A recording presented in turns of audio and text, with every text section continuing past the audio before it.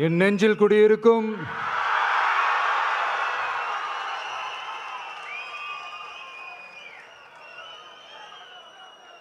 என்னுடைய தோழர்களுக்கும் தோழிகளுக்கும் தமிழக மக்களுக்கும் என்னுடைய வணக்கம்.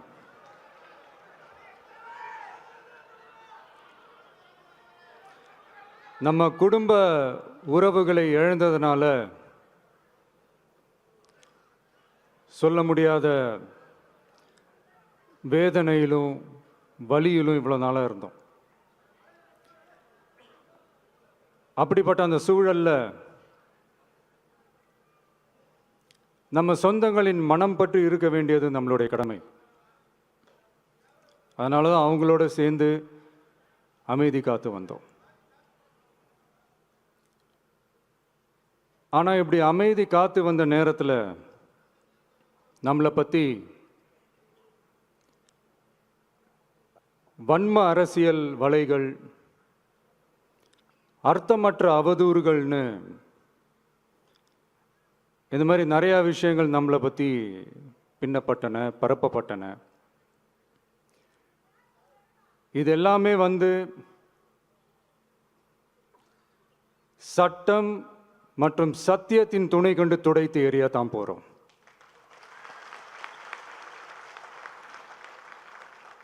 பட் அதுக்கு முன்னாடி தமிழக சட்டமன்றத்தில் நமக்கு எதிராக நிகழ்த்தப்பட்ட ஓர் உரைக்கு ஒரு நாகரிக பதிலடி கொடுக்கணும்னு நான் நினைக்கிறேன்.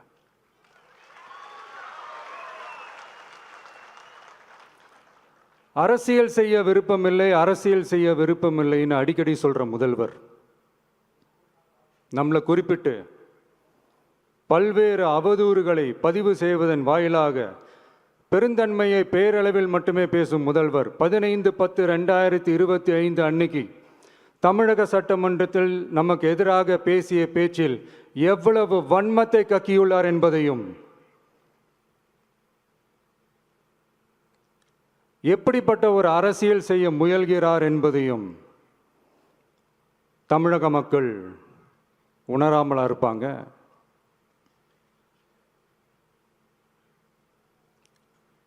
இந்த கரூரோடு சேர்ந்து 5-6 மாவட்டத்துக்கு இந்த மக்கள் சந்திப்பு நிகழ்ச்சிகள்லாம் நடத்தியிருக்கிறோம், போயிருக்கிறோம். அங்கெல்லாம் லாஸ்ட் மினிட் எங்களுக்கு அந்த இடம் கொடுப்பாங்களா மாட்டாங்களா, பெர்மிஷன் தருவாங்களா மாட்டாங்களா, இப்படியே இழுத்து அடிச்சுக்கிட்டு இருப்பாங்க. தான் நாகப்பட்டினத்தில் சொன்னது மாதிரி தான். நாங்கள் ஒரு இடம் செலக்ட் பண்ணி கேட்போம், மக்கள் நல்லா ஸ்பேஷியஸாக நின்று பார்க்குற மாதிரி. பட் அவங்க அதையெல்லாம் ரிஜெக்ட் பண்ணிவிட்டு மக்கள் நெருக்கடியோடு நின்று பார்க்குற மாதிரி ஒரு இடத்த செலக்ட் பண்ணி எங்களுக்கு கொடுப்பாங்க. இது டிஃபால்ட்டாக எல்லா இடத்துலையும் இந்த ஒரு ஆர்குமெண்ட் நடந்துகிட்ருக்குன்னு வைங்க.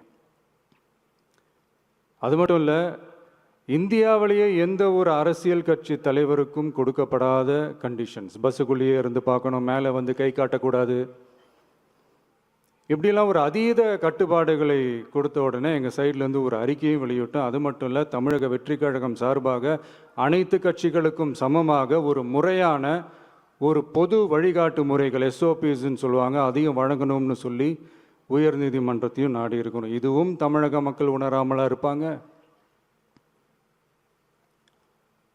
இப்படி ஒரு அரசியல் காழ்ப்புடன், நேர்மை திறனற்று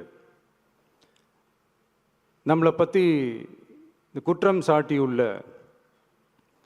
குறுகிய மனம் கொண்ட முதல்வர் அவர்களுக்கு ஒரு சில கேள்விகள்.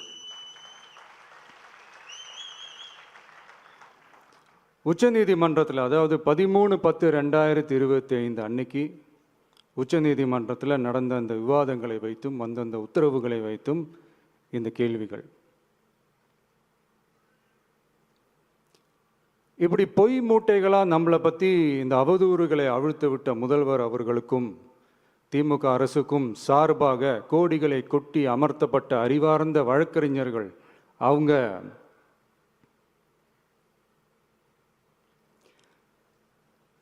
இந்த கபட நாடக திமுக அரசோட தில்லுமுல்லுகளை தாங்கி பிடிக்க இயலாமல் உச்சநீதிமன்றத்தில் திக்கு திணறி நின்றது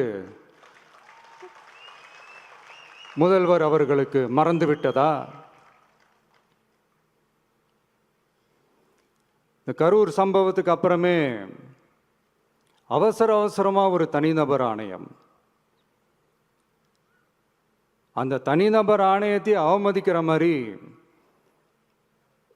அரசு உயர் அதிகாரிகள், காவல்துறை உயர் அதிகாரிகள் எல்லாருமே நம்மளை பற்றி ஃபுல்லாக இந்த அவதூறுகள் பரப்பி ஒரு செய்தியாளர்கள் சந்திப்பு அவசரமாக. இதெல்லாம் ஏன் நடக்குது? எதுக்காக நடக்குது அப்படின்னு ஒட்டுமொத்த தமிழக மக்களும் கேள்வி கேட்க ஆரம்பிச்சாங்க. இதுவும் தமிழக முதல்வர் மறந்துட்டாரா? அதுக்கப்புறம் அந்த தனிநபர் ஆணையத்தை தலையிலேயே கொட்டி வீட்டுக்கு அனுப்பிச்சிட்டாங்க. அது வேறு விஷயம். இப்படிலாம் கேள்வி கேட்ட உடனே ஏதாவது பதில் சொல்லி ஆகணும்ல. அதனால சட்டமன்றத்தில் பேசும்போது உண்மை நிலையை தெளிவுபடுத்தத்தான் அப்படின்னு ஏதோ இந்த சட்ட ரீதியாகவும் சத்தியத்திற்காகவும் நடந்தது போல ஏதோ சாமர்த்தியமாக பேசுகிறதா நினச்சி பேசியிருக்காங்க. இப்படி ஒரு 50 வருஷமாக பொது வாழ்க்கையில் இருக்கிற ஒருத்தவங்க ஒரு முதல்வர் அவர்கள் சொன்னது எவ்வளவு பெரிய ஒரு வடிகட்டின பொய், சப்பை கட்டுன்னு நான் சொல்லலை, உச்ச நீதிமன்றம் சொல்லியிருக்கிறாங்க.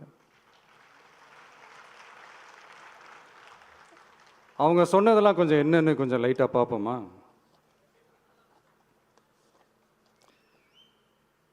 The comments which have been made before the media by the top officers of the police department may create doubt in the minds of the citizenry on impartiality and fair investigation.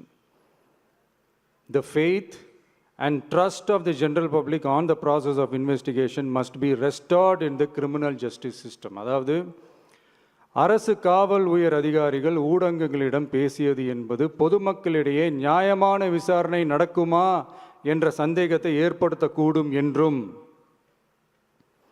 நியாயமான விசாரணை மூலம் அந்த சந்தேகத்தை மீட்டெடுத்தே ஆக வேண்டும் என்றும் உச்சநீதிமன்றம் தமிழக அரசின் தலையில் ஓங்கி நறுக்கு நறுக்கு நறுக்கு என்று கொட்டியதை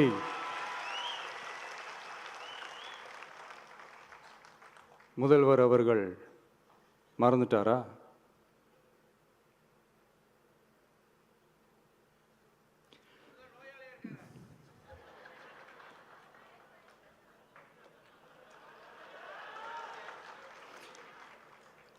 மாண்பமை சென்னை உயர்நீதிமன்றத்தின் மாண்புமிகு நீதியரசர் SIT அமைத்து உத்தரவிட்டார் அல்லவா?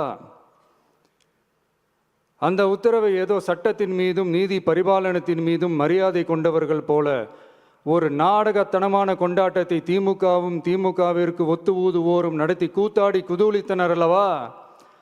தாவேகாவிற்கு எதிராகவும் நமக்கு எதிராகவும் உயர்நீதிமன்ற மாண்புமிகு நீதியரசர் தீர்ப்பளித்து விட்டதாக விதந்தோதி விழா எடுத்தனர் அல்லவா? அந்த உத்தரவை குறித்து சொல்லும்போது எந்த ஆவணத்தின் அடிப்படையில் அந்த உத்தரவு அமைக்கப்பட்டது? நான் கேட்கல, உச்சநீதிமன்றம் கேட்டிருக்கிறாங்க.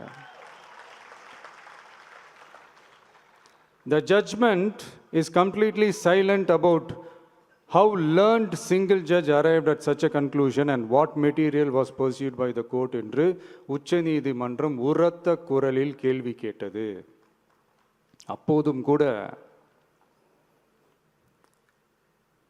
உச்சநீதிமன்றத்தில் திமுக அரசுக்காக வாதாடிய அறிவார்ந்த மூத்த வழக்கறிஞர்கள் பதில் சொல்ல இயலாமல் வாய் மூடி மௌனம் காத்ததை நாடே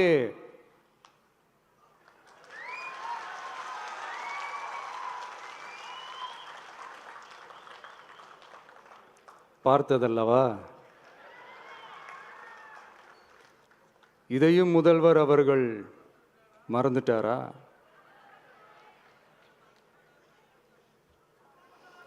Such petition ought to be dealt with by the division bench, registering as public interest litigation in right earnest and not to be dealt with by a single bench. அதாவது பொது வழிகாட்டு முறைகளான SOP அமைக்கப்பட்டு வெளியிட வேண்டும் என்ற கோரிக்கையுடன் வந்த ரிட் மனுவை நீதிபதிகள் டிவிஷன் பெஞ்ச் தான் கையாள வேண்டும்.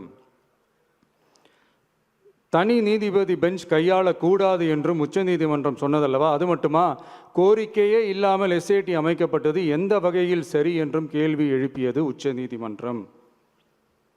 இது எல்லாமே அறியாமலோ இல்லை அறியாதது போலவோ உச்சபட்ச அதிகார மயக்கத்தில் இருந்து பேசினாரோ முதல்வர் அவர்கள்? மனிதாபிமானம், அரசியல் அறம், மாண்பு இதெல்லாம் எதுவுமே இல்லாம வெறும் பேச்சில் மட்டுமே பேசிக்கிட்டு அரசியல் ஆதாயம் தேடுற ஆட்டத்தை ஆடத் தொடங்கிவிட்டார் முதல்வர் அவர்கள்.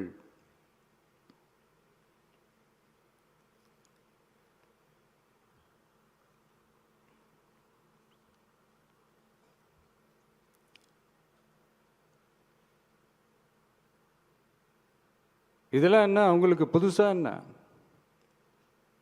1969க்கு அப்புறமே எப்போ கட்சி அவங்க கைக்கு வந்ததோ, இன்னும் குறிப்பாக சொல்லணும்னா 1972க்கு அப்புறம் கேள்வி கேட்க ஆளே இல்லாமல் போச்சுல்ல, அதுக்கப்புறமே இந்த திமுக தலைமை இப்படி தானே இருக்குது. இப்போ நாங்கள் கேட்டோமே இந்த சில கேள்விகள்லாம், இதெல்லாம் நான் கேட்கல, சுப்ரீம் கோர்ட் கேட்டிருக்கு. இதனால் என்ன புரிய வருது? இந்த கவர்மெண்ட் நடத்துகிற அந்த விசாரணை மேலே சந்தேகம் ஏற்படுதுன்னா அதுக்கு என்ன அர்த்தம்? உங்கள் மேலே நம்பிக்கை இல்லைன்னு அர்த்தம்.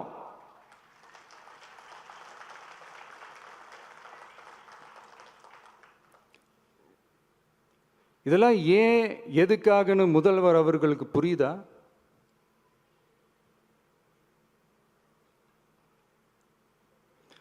சுப்ரீம் கோர்ட் சொன்னதோட மட்டும் இல்லை, நிஜத்திலும் இன்னைக்கு மக்களுக்கு இந்த கவர்மெண்ட் மேலே இருக்கிற நம்பிக்கை மொத்தமாக மண்ணுக்குள் புதைந்து விட்டது. இதுவாவது முதல்வர் அவர்களுக்கு புரியுதா? புரியலனா 2026 தேர்தலில் இந்த திமுக தலைமைக்கு மக்கள் இன்னும் ஆழமா அழுத்தமா புரிய வைப்பாங்க. அப்ப கூட இவங்க என்ன பண்ணுவாங்க தெரியும்ல, 5 வருஷத்துக்கு ஒரு வாட்டி பழக்க தோஷத்தில் ஒரு அறிக்கை ஒன்று வெளியிடுவாங்களே, மக்கள் தீர்ப்புக்கு தலை வணங்குகிறோம் அப்படின்ட்டு அந்த அறிக்கையை வெளியிட்டுட்டு இப்போ அறிவாலயத்தில் போய் ஓடி ஒளிஞ்சுப்பாங்க. இப்பவே ரெடி பண்ணி வச்சுக்கோங்க அந்த அறிக்கையை. எப்படி? மக்கள் தீர்ப்புக்கு தலை வணங்குகிறோம்.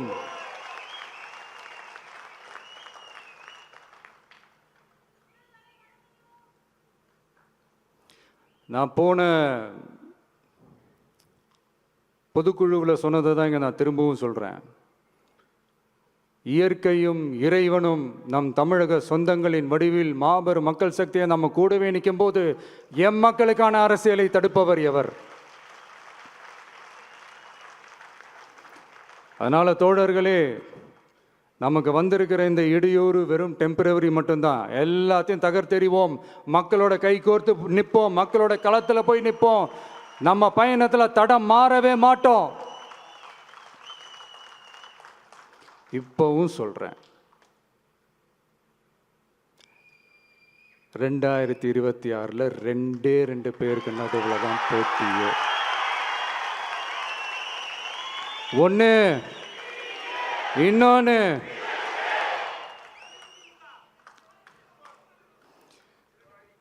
இந்த போட்டி இன்னும் ஸ்ட்ராங்கா மாறப்போகுது.